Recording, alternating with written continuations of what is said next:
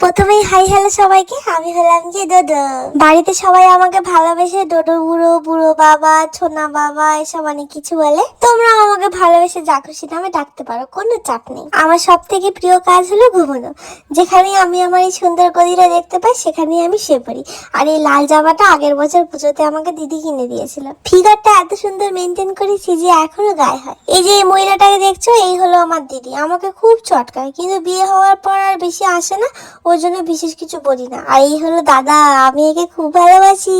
সব থেকে ভালোবাসি বাবাকে, তারপরে মাকে, তারপরে দিদিকে, তারপরে দাদাকে। এই না, দাদা তো লাস্টে চলে গেল। বাবাকে, দাদাকে, মাকে আর দিদিকে। জানো তো আমার ফেভারিট ভেজিটেবল হচ্ছে গাজর। গাজর খেতে আমি খুব ভালোবাসি।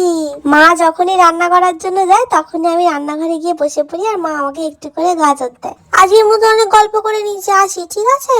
আর আমার ভিডিও ভালো লাগলে কিন্তু অবশ্যই সাবস্ক্রাইব করো। টাটা।